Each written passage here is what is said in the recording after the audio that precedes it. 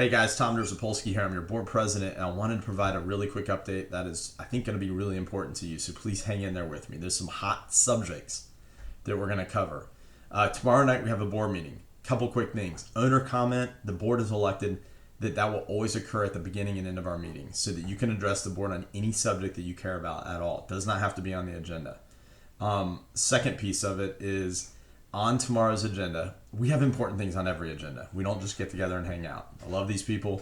We all get along fine, but we do the business of the community. It's important. But occasionally, there's something on the agenda, and I always do these videos. I always share the agenda, try to encourage participation, but there's occasionally times that I want to ensure that you really are paying attention, because I think there might be subjects that get you fired up. Let me talk to you about a few that are on the agenda for tomorrow night. And I'm going to post the link and the phone numbers, and you can show up in person, you can call in, you can video in. There's like 1,000 ways you can participate in a board meeting, and I hope you will. Here you go. The back fishing pier. Replacement cost, replacement timeline. Repair cost, repair timeline. Which to do. What order, how does that work? Where does the board going to decide? That all takes place tomorrow night. Okay? So if you care about the fishing pier, by showing up to a meeting, when we're debating that, there's a point in that portion of the meeting where on that subject, you can do it at the beginning, but when we're talking about it, there's a portion where we'll go to owner comment. So you can hear us debate, and you could say, hey, I very much disagree with the direction you're going, or I want to encourage you to do this, or why can't we do that? Maybe you share an idea with us. But your seat at the table is empty and ready for you, so that you can participate in these debates, and we encourage you to. So the fishing pier, all those things. When will it be repaired? How much does it cost? What are we going to do? Tomorrow night is when it happens. That's what we're going to do. Okay. After that, a little bit further down the agenda, we're going to talk about fire hydrants. Also important. Don't hang up. Don't close this video. Okay, fire hydrants. Who cares? What's that about? We are going to be painting a red box in front of the fire hydrants that are no parking. Okay, makes sense. What's the big deal? There's a general loose regard in our community for the rules. And I say that without, trying to burst out into laughter or tears, because it's just true. However, this has to do with health and safety, and you need to know, pay attention, here it comes. You need to know that we've always had the ability to tow a vehicle from common property, our roads. Okay, it could be a road right in front of your house. That's not your road. That is common property. A overflow parking spot, a parking lot. These are common elements. The ability to tow a vehicle is made available to us in our documents, and Florida statute shows us how to do it. So we are checking all the boxes so that we can do it. If you park in a fire lane by a fire hydrant, your car will be towed. Now this is new. Usually a little pink ticket, right?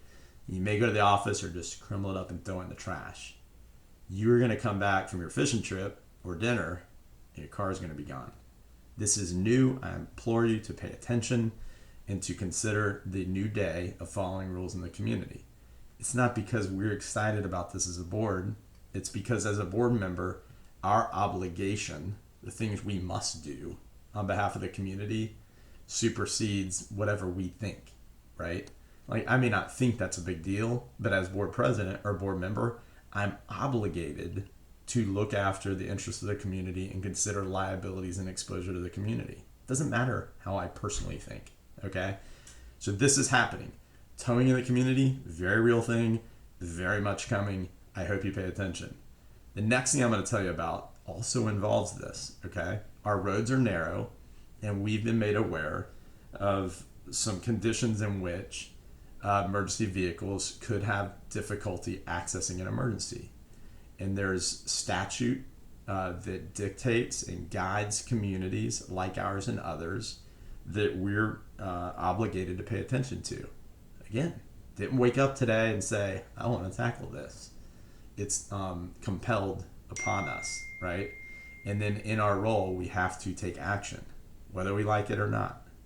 So our community needs a policy with regard to how much room is necessary for a vehicle to come by, enforcement of that policy, and documentation that we're enforcing it and that we have a policy. And we're going to do other things too, like invite the local fire department through for FAM tours. They're all very familiar with this, but we're going to be proactive and ensure that you understand our community. We'd like to tour it to you. We'd like to meet with the manager. We're going to take proactive steps to do our part. The policy portion is going to be discussed tomorrow night. Here's why it matters to you. There are lots of ideas on the table, and I'm going to say these ideas in a completely neutral tone. I have no preference for any, but here are some sample ideas. Sample idea: a car tires may only be so many inches from a curb. All right, security, measuring tape, takes a picture, and then what? Do they leave a ticket? Do they knock on the door, or do they just call for a tow immediately? Yeah, no, I'm not kidding. Or is there a physical device, like a folding PVC pipe with tennis balls in the end, that we could quickly measure and see, ooh, this space is not wide enough. These cars are required to move. Doesn't matter who was there first. Both of you move. You've got 30 minutes. Boom, tow happens.